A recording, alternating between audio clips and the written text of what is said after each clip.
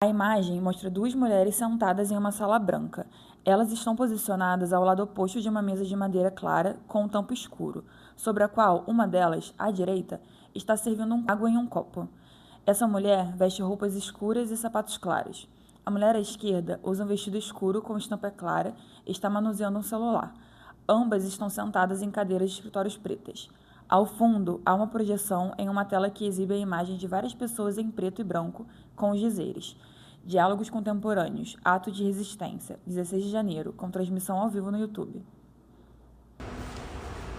Boa tarde, pessoal que está aqui conosco no Memorial às Vítimas do Holocausto, que precisa ser marcado por ela por várias razões. Por um momento em que o mundo atravessa de um recrudescimento de violência extremada que nos surpreende a cada dia e, obviamente, o nosso propósito de existência é trabalhar na direção oposta.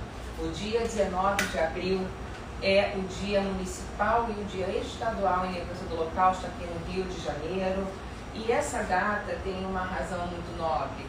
Em 19 de abril de 1943, teve início em Varsóvia o levante do gueto de Varsóvia, um dos maiores guetos da história do Holocausto, um local de confinamento nazista cuja população majoritária era de judeus, uma área superpopulosa que chegou a contar com 500 mil pessoas, sem saneamento básico, sem remédios, sem direitos de ir e vir.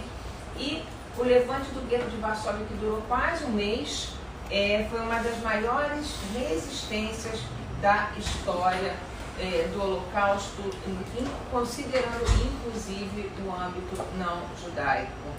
Aqui no memorial nós temos representados na exposição de longa duração o líder principal desse levante, que foi Mordechai Anilević, jovem ativista, membro do movimento juvenil sionista Shomer Hatzair, que até hoje existe esse movimento, inclusive aqui no Rio de Janeiro.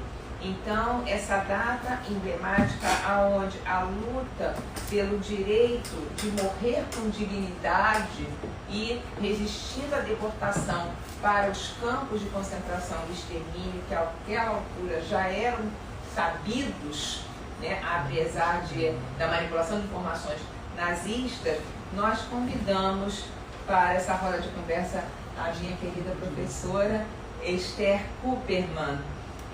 A Esther, ela é historiadora, doutora em Ciências Sociais e pós-doutoranda em História da América. Ela é professora do mestrado em Práticas de Educação Básica do Colégio Pedro II, diretora da Associação Sholem Aleichem, da ASA, e autora de diversos livros, inclusive um mais próximo agora do lançamento.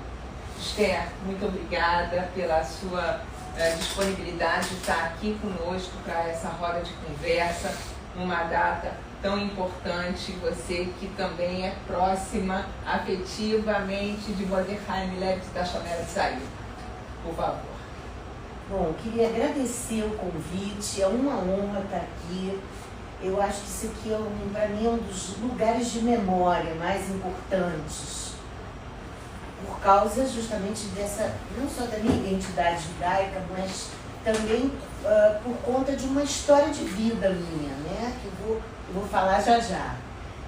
Como ela falou, eu sou historiadora, sou professora, já fiz muitas coisas na vida, em termos de movimentos de resistência, etc. E hoje em dia a minha resistência é a educação, ou seja, a minha trincheira é a sala de aula. Porque, né, é impossível a gente combater qualquer tipo de intolerância que está impregnada dentro das pessoas se você não tem uma ação educativa, né? Você tem que se contrapor a tudo que ensinam pra gente, que existem pessoas melhores, pessoas piores, pessoas que são mais humanas do que as outras, né? Como é que a gente vai fazer isso?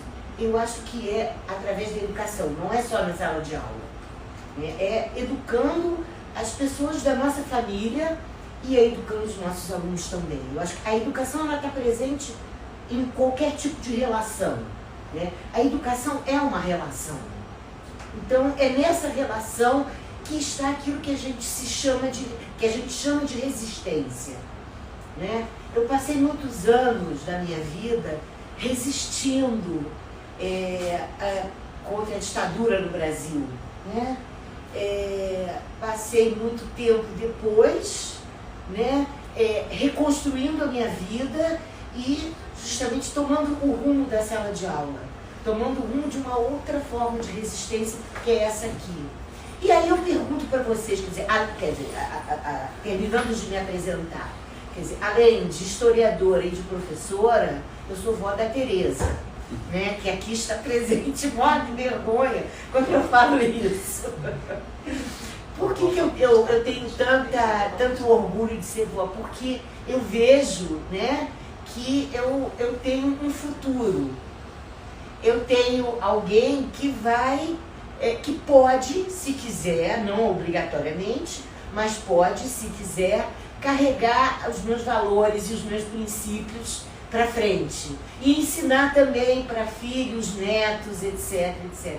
Então, é como se eu não morresse.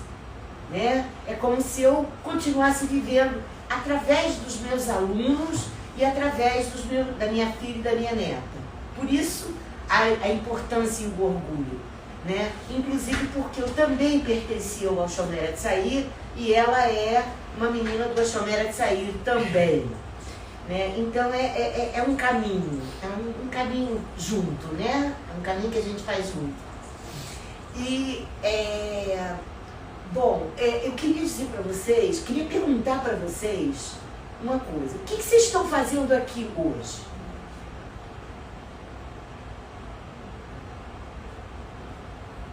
O que nós estamos fazendo aqui? Fala, Estamos gente. retroalimentando. Te retroalimentando, perfeito. Perfeito. O que mais? Isso é. O que mais? O que nós estamos fazendo aqui juntos? Eu diria que eu estou aqui partilhando, acho que o que você trouxe de anúncio na sua fala é o processo educativo, uma construção coletiva de algo, de alguma coisa que me interessa, que tem a ver com a existência. Então, por isso que eu estou aqui. Dever de memória. Isso. Nós, na verdade, estamos aqui fazendo uma coisa que se chama resistência. Né? Se hoje é o dia do levante do gueto de Varsóvia, nós estamos comemorando o levante do gueto de Varsóvia com uma forma de resistência, que é tomar conhecimento para não esquecer e para contar. O Lacks, né, o Alexandre Lacks, ele foi uma pessoa que me marcou muito, né? Cada vez que ele abria a boca, ele me comovia, sabe? E a primeira coisa que ele falou quando ele me viu, me conheceu, ele falou assim, sabe o que é? Eu acho que eu vivi para contar. Eu vivi para ser testemunha, para contar para as pessoas tudo o que aconteceu. É a razão de eu ter sobrevivido, é a razão de eu estar vivo ainda. Né? Cada vez que eu conversava com ele, cada vez que eu levava ele para algum lugar, ele me completava, né? Ele me deixava assim, emocionada. Né? Eu acho que pessoas assim realmente são especiais. Pessoas como o Lacks são especiais, né? E marcam a gente para o resto da vida. Pela trajetória de vida e também pela disponibilidade dele de se transformar num instrumento de memória. Ele se colocava como um instrumento de memória. Essa era uma forma de luta. Então, se aqui, esse memorial, esse lugar é um instrumento de memória, ele é um espaço de resistência também.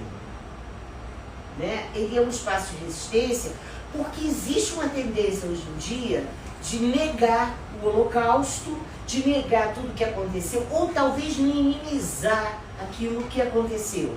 E eu acho que a única maneira de evitar que isso aconteça de novo é contar a história, recuperar a memória e ter essa imagem e essa história sempre presente no coração da gente. Tá? Então, é isso. Eu acho que aqui, o que nós estamos fazendo no dia 19 de abril é uma forma de resistência. A primeira vez, falando em resistência, né, a primeira vez que eu ouvi falar em Mordecai Levitt, que para mim é a maior referência de pessoa, né, de ser humano, eu tinha 16 anos.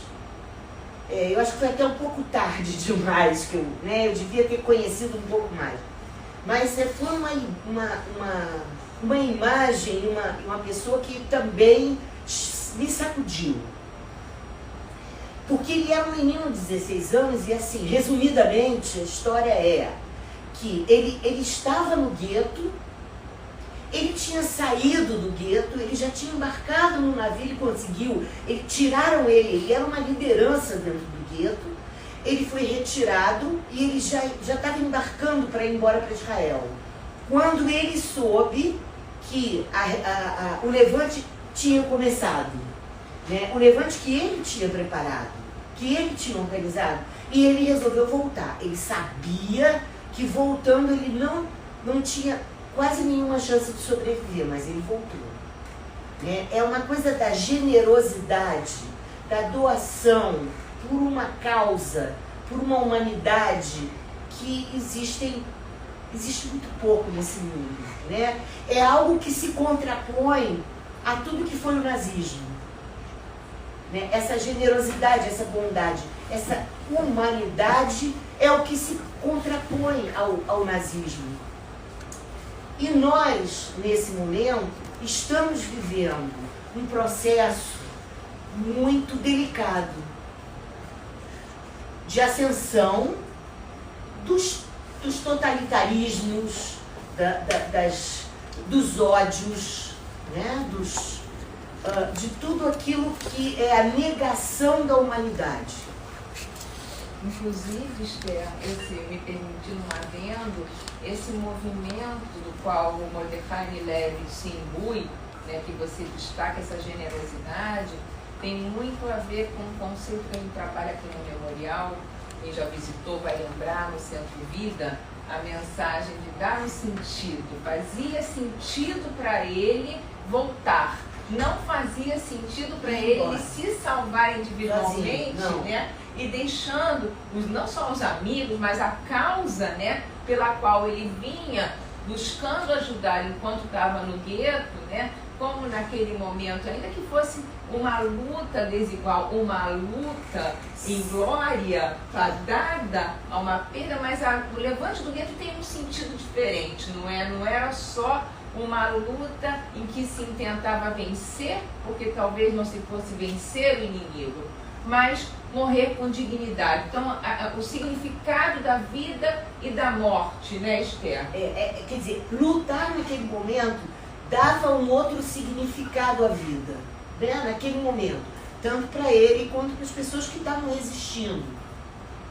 Eu acho que isso é fundamental da gente compreender e a gente trazer para a vida da gente, né? Para a gente transformar isso em ação, em cotidiano. A gente resiste nas coisas pequenas, nas coisas, às vezes, da relação com o vizinho, da relação com um amigo. A gente está se educando o outro e resistindo. E transformando as relações em relações humanas. E Esther, conta para mim também uma curiosidade que me ficou. Você contou que você tinha 16 anos quando você ouviu falar dele a primeira vez. Aonde foi? Foi no colégio? Foi no amigo? Foi aonde? Conta pra Foi gente. no Chomer. Eu com 16 anos, eu já estava no Chomer há bastante tempo e nós fizemos justamente uma cerimônia para falar do levante do gueto de Varsóvia. E pela primeira vez eu participei de uma cerimônia e ouvi falar no Mordecai Millet, e aí eu entendi por que uma das sedes do Chomer aqui em Botafogo se chama Mordecai Anilevic. Centro Cultural. Mordecai Anilevic. Naquela época era Beit Mordecai Anilevic, era Casa Mordecai Anilevic. E é uma das sedes do movimento ligado ao Meretz, que é o Partido Socialista de Israel. Né? Então, foi a primeira vez que eu ouvi, aquilo teve um impacto sobre mim, que eu acho que me influenciou para o resto da vida. Né? Eu costumo dizer que pessoas que foram do Chomer comigo sabem, né, que nós, de uma certa forma, fomos educados para ter uma causa humanitária, né? Fomos educados para viver de uma maneira solidária, né? De uma maneira mais generosa, dentro do Chomer. Né? E eu acho que, além dessa educação para viver em grupo e dividir as coisas e partilhar sentimentos e objetos, nós também fomos educados para lutar por uma causa. E eu acho que isso foi uma das coisas que me influenciou, já na idade adulta, para lutar contra a ditadura. Eu vejo, quer dizer, a minha trajetória de luta contra a ditadura como uma continuidade da educação que eu tive, tanto em casa quanto no Shomer Hatzair. Então, Isso influenciou também na sua escolha pela sua carreira, pela sua formação em História? O que te levou a fazer História? Sim, o que me levou a fazer História era a curiosidade de entender como as coisas se passavam. Né? Eu vou contar um caos. Né?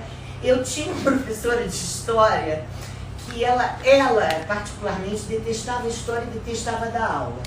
Eu estava no ensino fundamental. Ela não gostava, mas ela tinha que trabalhar, né? Então ela sentava, juro, gente, não tô exagerando, ela sentava, abria o livro e falava, fulano, lê. E o fulano lia aquela parte do livro, então isso era muito comum, né?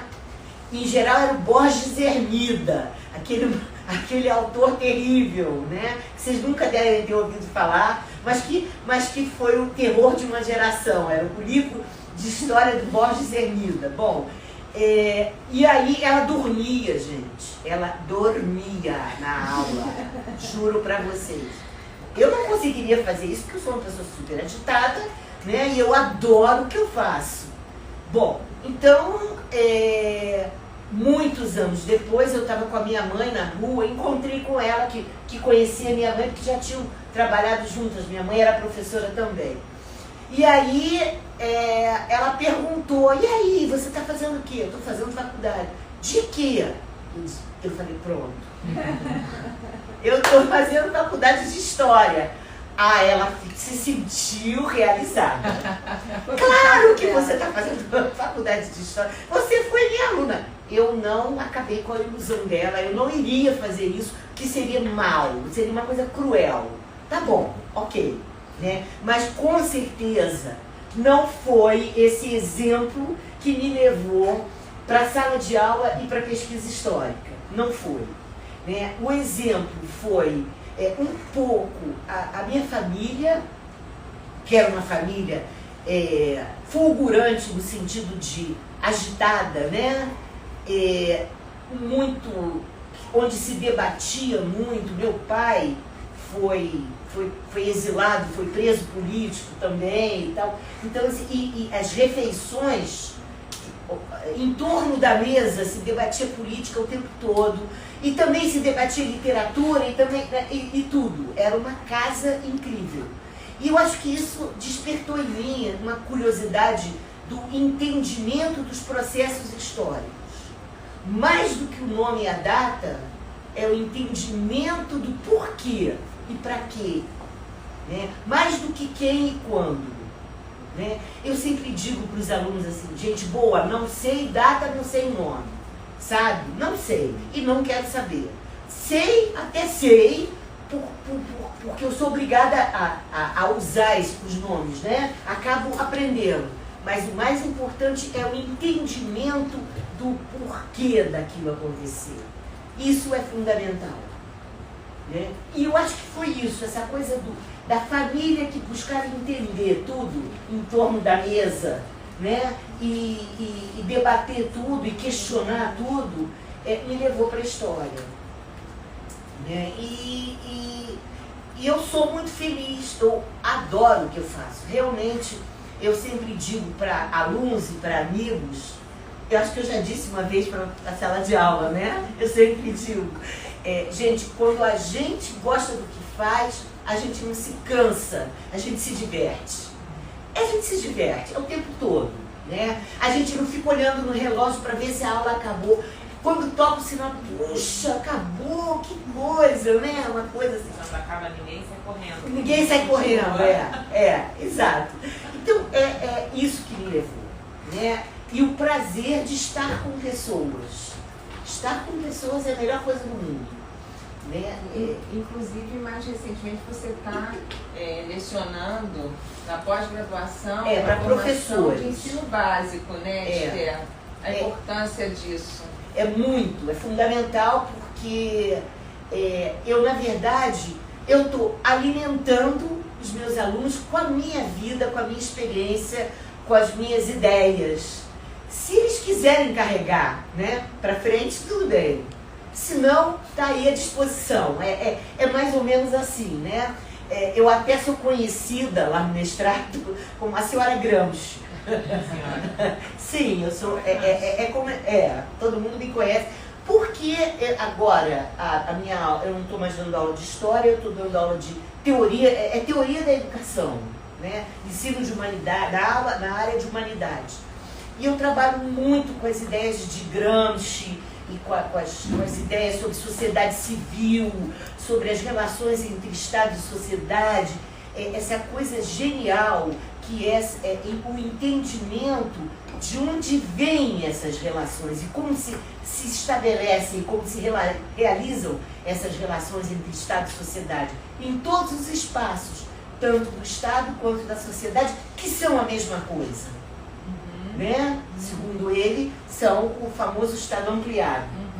Então, para mim, é uma coisa assim que todos os dias, para mim, são dias novos e diferentes, quando eu, às vezes, abro o jornal, agora já não abro, né? Agora eu ligo o jornal, a gente liga o jornal e a gente fica sabendo o que é que está acontecendo. E pensar o que está acontecendo, e tentar entender o que está acontecendo, e tentar explicar o que está acontecendo, é fundamental. É outra forma de resistência. Né? Então, aí vamos voltar um pouco à questão do Holocausto. Eu não tive contato, até bem pouco tempo, eu não tive contato com a questão do Holocausto. Porque, olha só, meus avós vieram para cá, todos os avós por parte de pai quanto os avós por parte de mãe vieram em meados final da década de 20. Então eles vieram antes da guerra, antes da invasão da Polônia. Eles eram todos poloneses.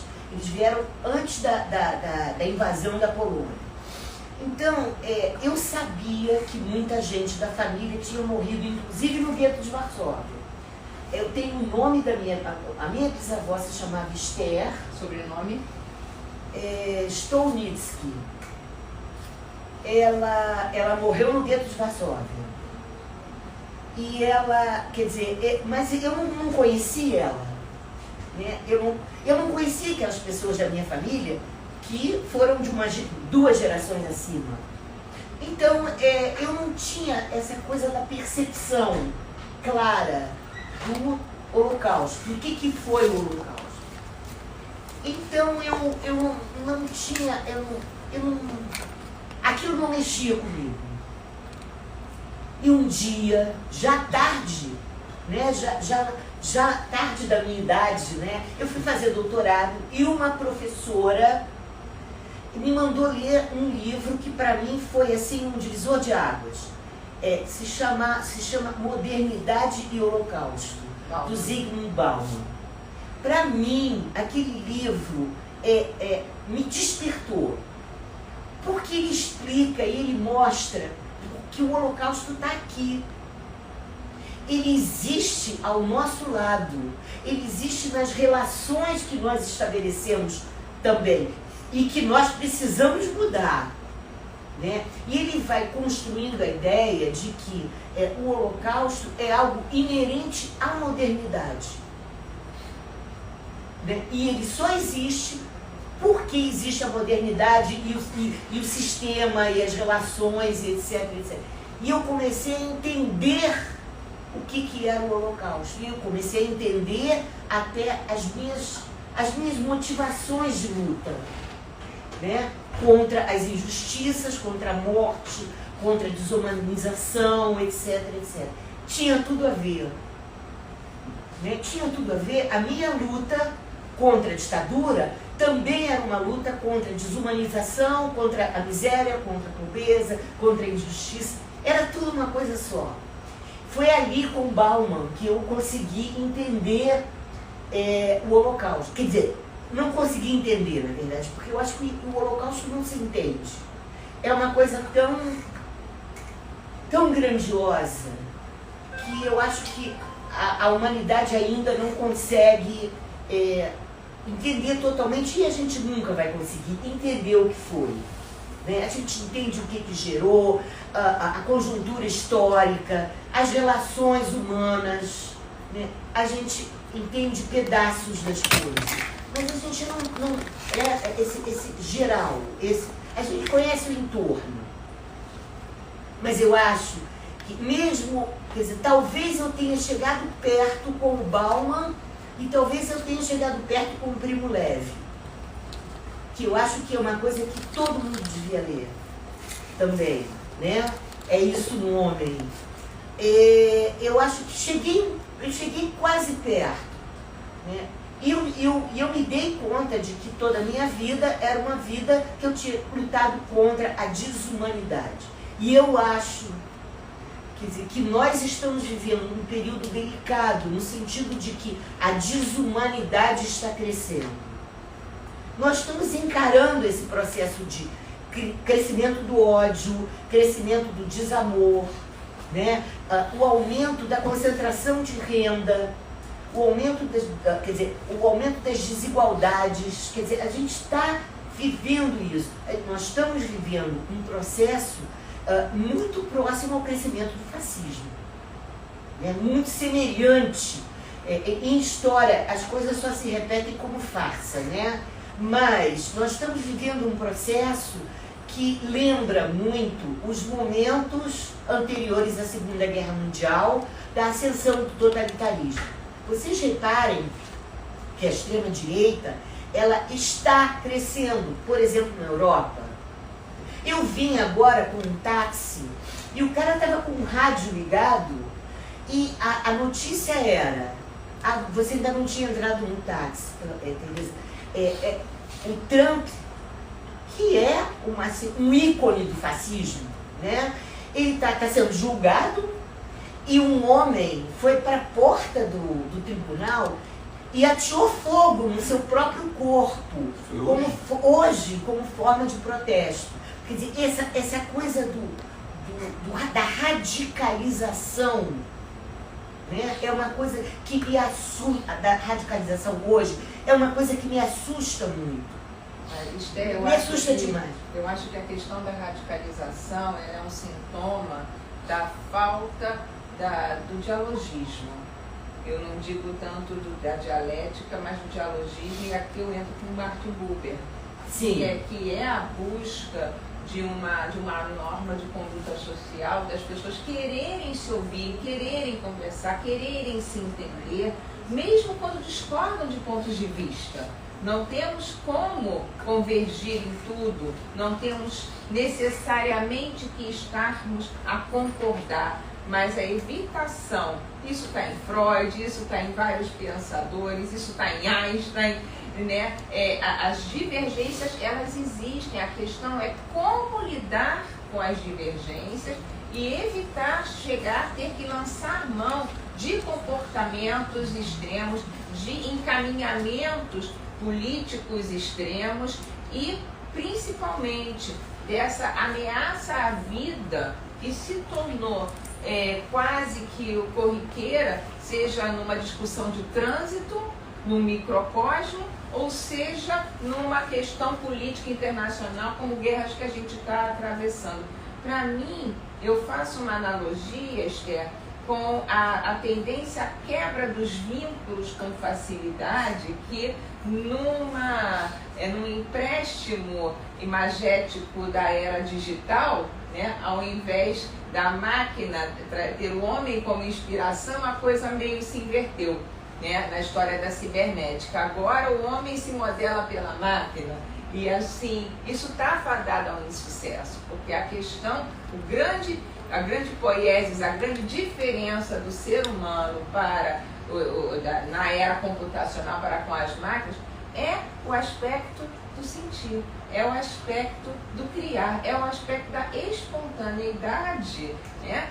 Que isso se mantém como diferença básica fundamental. E como conviver numa tendência cultural a quebra de vínculos ou a labilidade ou fragilidade de vínculos que, aliás, Bauman nos alertava já desde os seus primeiros livros. A modernidade líquida. Exatamente. Então, assim, quando no seu início da sua fala você fala do educar, né?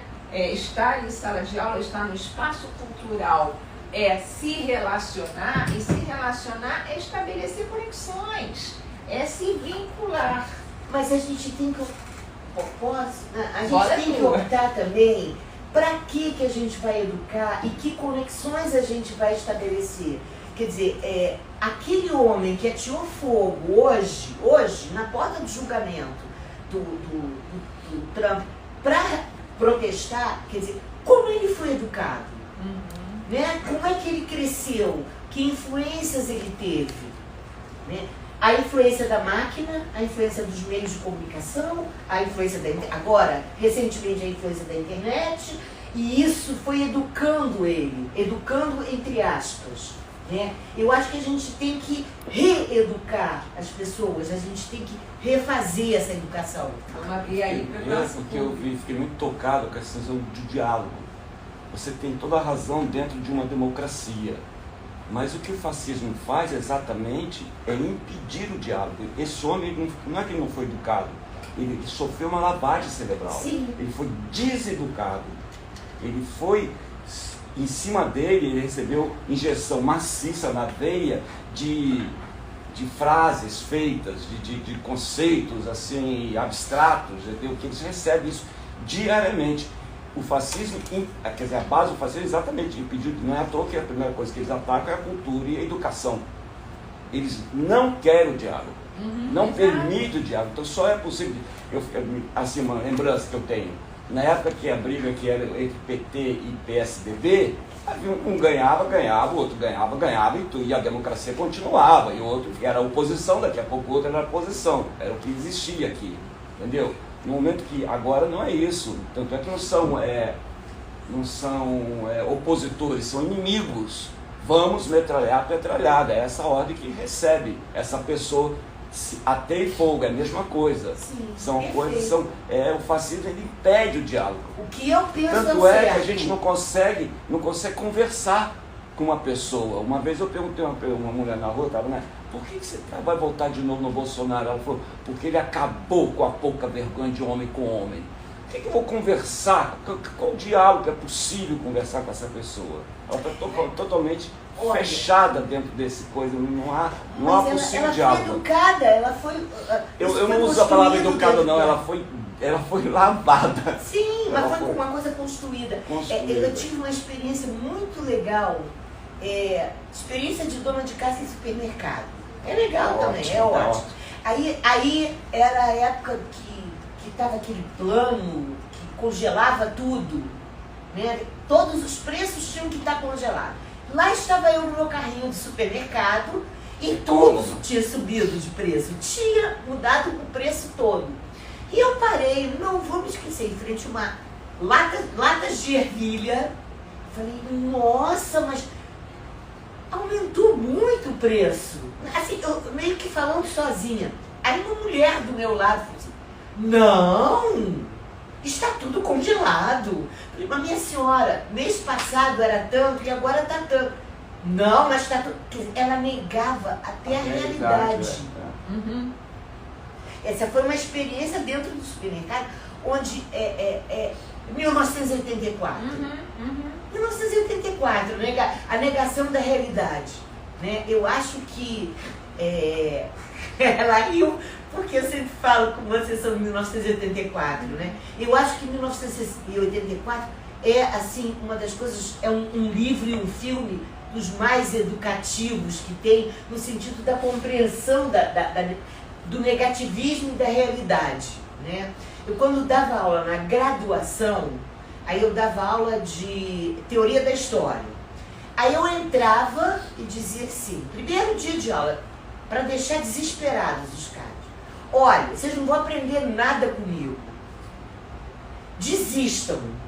Nós vamos aprender juntos. Olha, aqueles alunos que estavam acostumados com o professor do ensino médio, que chega na sala de aula com tudo já pronto, isso é isso, aquilo é aquilo, ele já, quer dizer, aquele aluno já recebeu tudo prontinho, né, dentro das prateleiras. E aí vem uma louca e diz o seguinte, você não vai aprender nada comigo. Pronto, eu desmonto qualquer possibilidade dele de dizer, e agora, né? O que eu vou aprender, como eu vou aprender? Ele está acostumado a receber as verdades prontas, as informações inteiras. Ele não vai produzir informação, ele não sabe produzir essa informação. Bom, e aí eu dizia, vocês precisam ler 1984, porque tem um personagem principal, que é o Winston Smith, né? Ele trabalha num lugar chamado Ministério da Verdade. E o que ele faz no Ministério da Verdade? Ele oculta a verdade. O trabalho dele é pegar o passado, tanto que o lema do livro é quem controla o passado controla o presente. Então, qual é o trabalho do Winston Smith? Ele trabalha num lugar, no Ministério da Verdade, onde ele pega notícias do passado e modifica, de acordo com os interesses daquele momento político, né? Daquele governo que está ali. Ele modifica o passado. E aí a gente volta, né? A gente volta para o Memorial do Holocausto. Quer dizer, essa coisa do controle do passado, quem controla o passado controla o presente. Então, a memória é uma forma de resistência. O contar e o recontar, o transmitir e o educar são formas de resistência à desumanidade, às iniquidades, às desigualdades. São isso, são formas de resistência aos holocaustos. Inclusive, né? Eu acho... Esther, não quero te cortar não, mas quero só fazer um adendo e assim reiterar, a gente é o público presente, o público que está nos acompanhando pela live também pode mandar aí suas perguntas, seus comentários, a gente vai partilhando. O levante do gueto em 43, 19 de abril de 43, essa data não foi escolhida à toa, ela teve um motivo, né? Naquela noite começaria a Páscoa judaica e a perversidade anti-judaica, antissemita ao longo da história da humanidade também se faz presente nesse ato.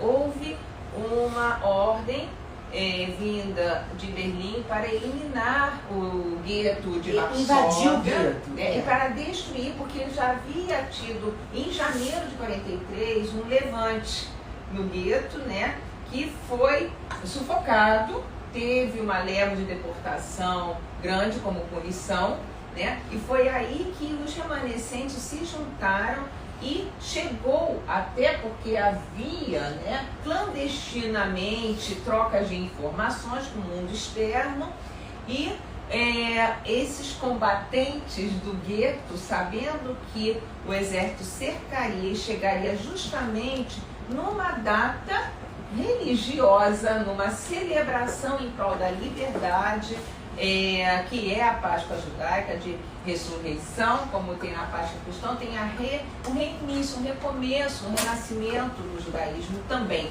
E, infelizmente, esse é um dos exemplos que ao longo dos séculos já atravessaram essa perversidade, e foi essa data que nessa festa, qual é o hábito que a gente tem?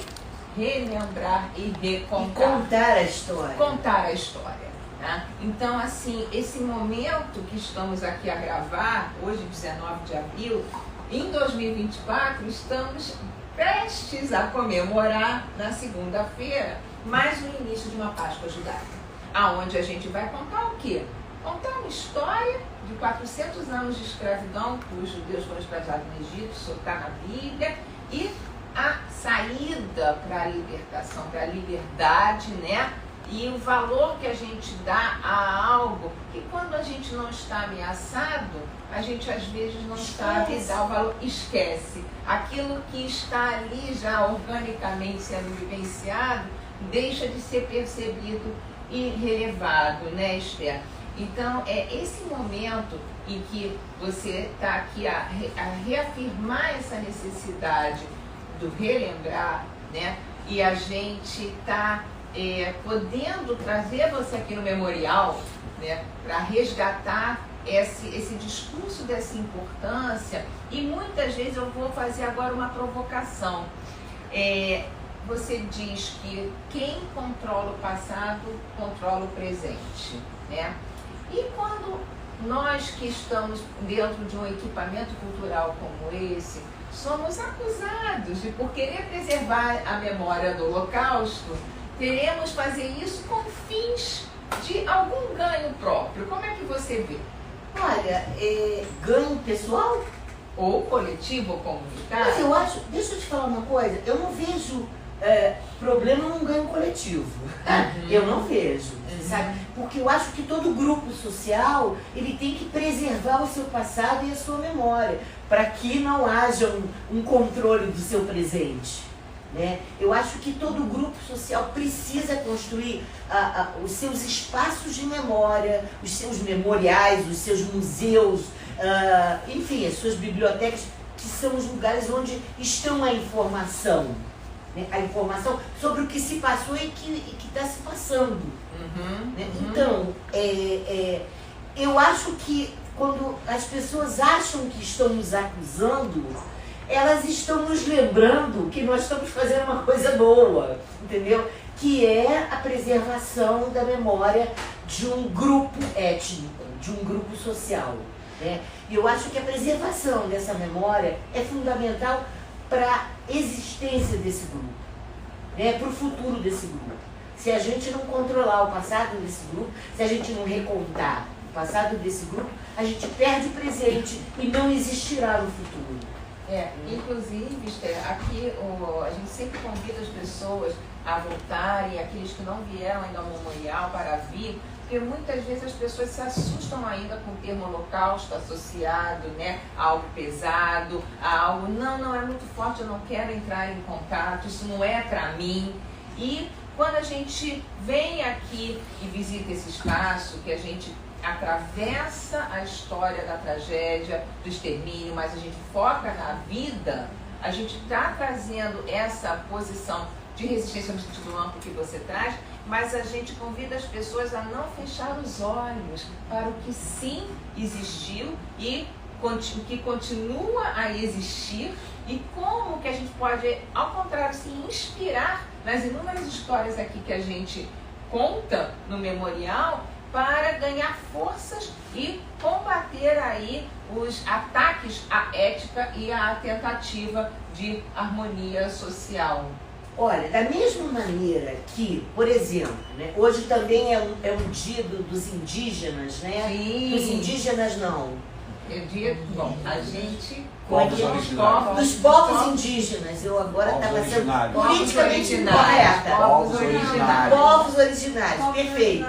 Quer dizer, da mesma maneira que é importante que esses povos, essas etnias, recuperem o seu passado, recuperem e cultivem o seu passado, a sua memória, nós também somos um grupo que precisamos recuperar e cultivar a nossa. Quer dizer, eu acho que não existe contradição entre diferentes grupos reconstruírem e preservarem a sua memória.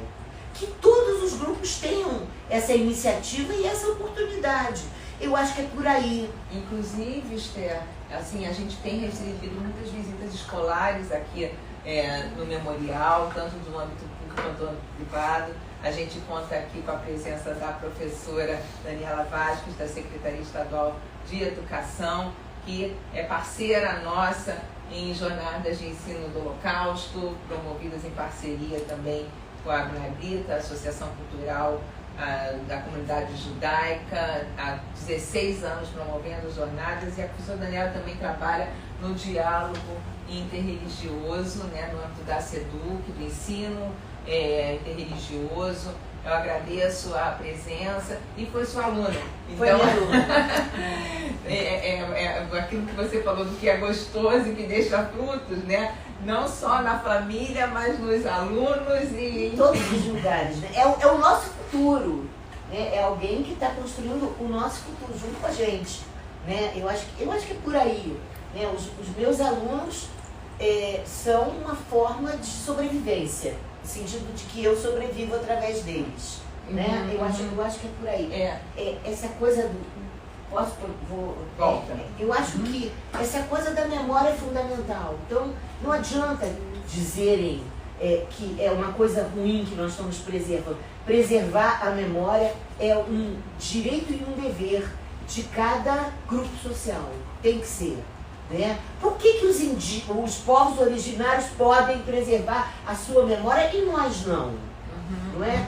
Porque a recuperação agora, né, de todos as pessoas que vieram da África, né, estão tentando também recuperar a sua origem, de que região vieram, que língua falavam, a sua religião, etc.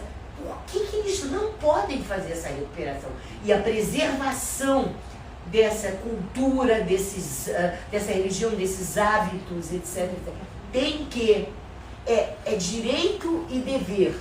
Para cada grupo social é um direito e um dever preservar e recuperar a sua memória. Né? Porque quem controla o passado controla o presente e também controla o futuro. Então nós estamos aqui, todos nós resistindo. Eu queria agradecer a vocês, eu acho que eu já botei uma pulguinha atrás da orelha de cada um, né? Eu queria agradecer a vocês, os olhinhos brilhando, né? Os interesses, e queria perguntas. Quem quer fazer algum comentário, quem visitou recentemente a exposição, alguém quer fazer algum comentário sobre o que a professora Esther falou, o que viu na exposição que chamou a atenção nesse dia tão especial? Por favor. Boa tarde, tudo bem?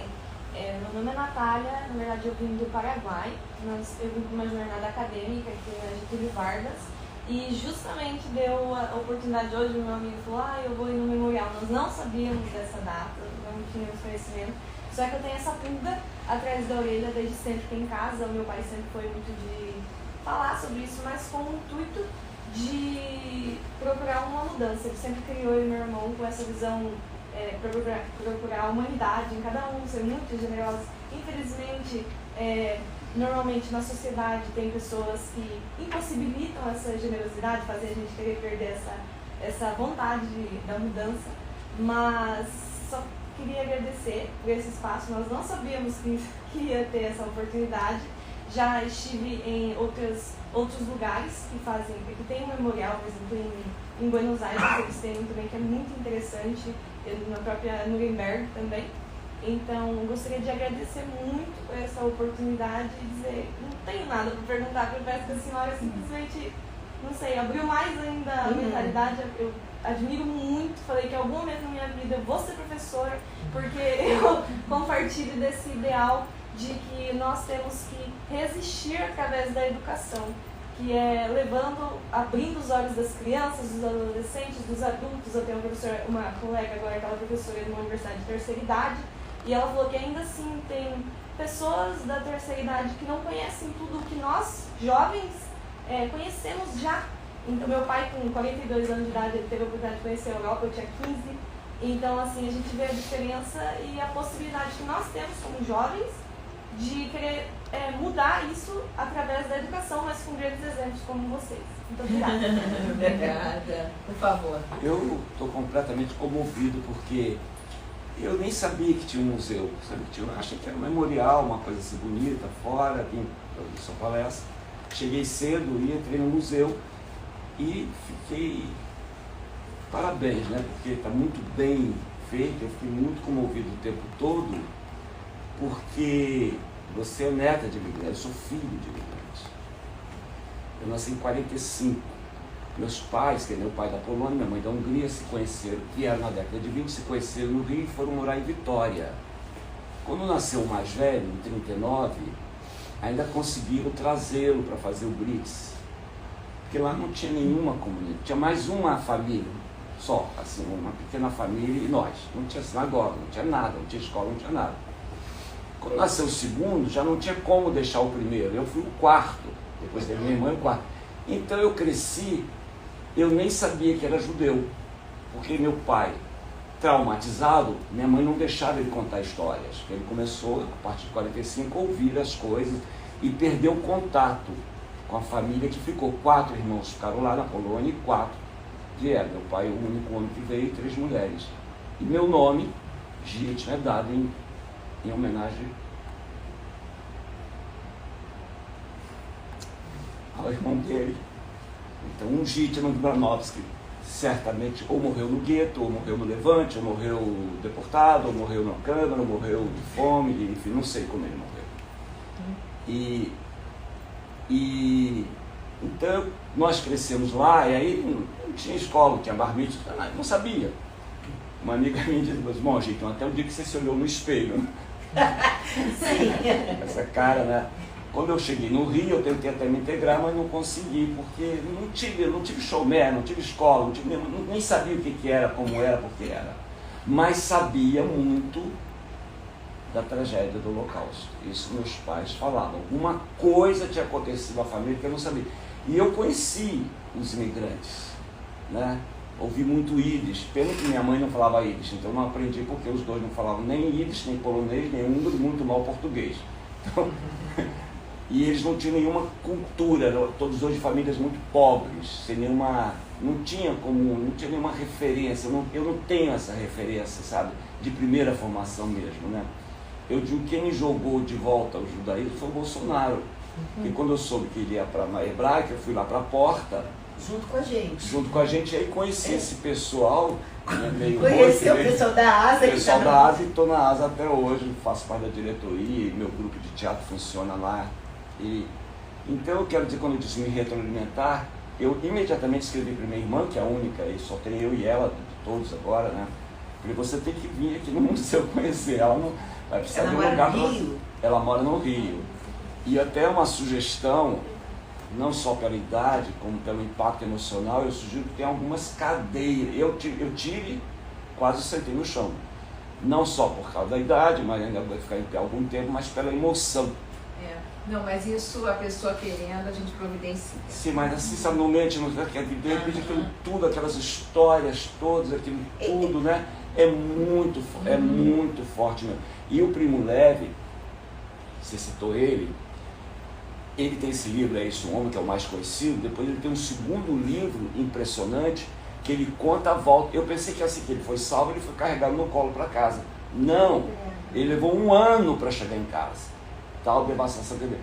E recentemente eu conheci um terceiro livro dele, que me apresentaram, onde ele diz basicamente que quem deveria realmente contar a história, se fosse possível, foram os que morreram.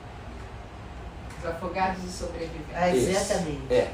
E até a gente lá, os militares, nós estamos construindo uma nova peça, que vai ser apresentada daqui a um mês, talvez um mês, que chama A Cadela do Fascismo Está Sempre no Cio. E eu estou incluindo uma cena de uma carta que... Desculpa. Dele para mim. Porque baseado nessa história do Primo Levi, eu começo a carta dizendo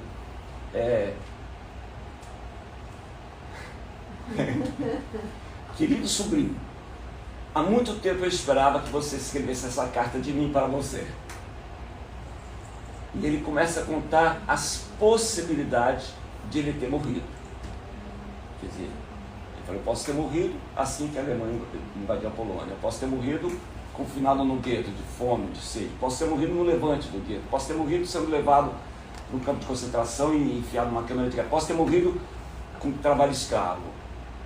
De alguma maneira, eu e dezenas de milhões de pessoas, civis, militares, ciganos, judeus, incapacitados, morremos em função do fascismo. Sim, e a gente está vendo ele crescer agora.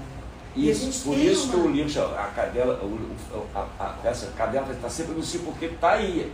A peça diz, fiquem espertos. Um homem, desculpe, esperto, muito comum. Um homem chegar a se matar, o grau de fascismo incutido na alma dessa pessoa. Ele chega, quer dizer, falar essas coisas absurdas, defender, mas chegar a se matar no fogo. Vamos lá, estamos nos minutinhos finais, por favor. Não, é só para chamar a atenção de que esse fascismo, ele é uma coisa tão séria que a gente tem que começar também a ficar atento dele estar em lugares que a gente antes não reconhecia ele.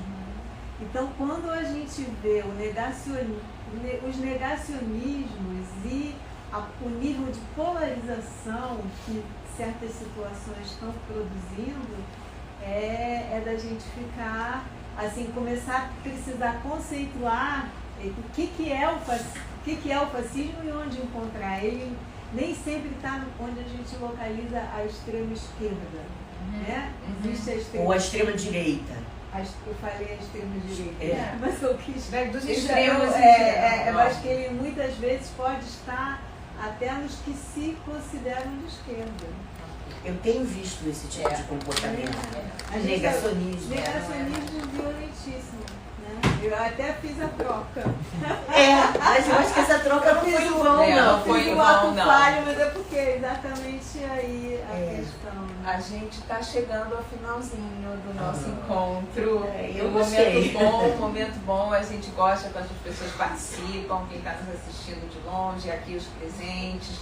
Quero agradecer imensamente, Esther, a tua disponibilidade, né, de estar aqui com a gente, a alegria de ter vocês aqui presencialmente participando. Como diretora educacional aqui do Memorial, a gente valoriza muito tudo que falamos aqui em torno de educação, de dever de memória, a nossa equipe aqui presente, que está sempre pronta a esclarecer sobre conteúdo, sobre questões do próprio, da própria disposição do nosso equipamento cultural, qualquer necessidade que a gente está aí para suprir. Só tenho a agradecer aos nossos educadores, monitores, coordenadores, Instituto Odeon, a vocês que estão nos assistindo, vejam e revejam esta e as nossas outras séries de diálogos contemporâneos. A gente fica por aqui. Esther? Eu agradeço já mais uma vez o convite, para mim foi muito bom conhecer esse lugar que me deixou também emocionada muito. Eu concordo com você em todos é uma sugestão, né? Nos museus em geral você tem alguns bancos no meio do trajeto, onde as pessoas podem parar, às vezes até para olhar melhor, para pensar e tal. A gente pode se providenciar alguns bancos, não muitos, mas alguns para as pessoas poderem parar para refletir, porque eu acho que esse é um lugar mais de reflexão, né? Então, eu agradeço imensamente poder estar aqui, me apaixonei por essa ideia aqui, por essa construção aqui e agradeço a todo mundo, adoro ver gente olhando com interesse, né? Gosto muito quando as pessoas estão interessadas e querem saber, né? Muito obrigada, gente. Obrigada, gente. Até a próxima.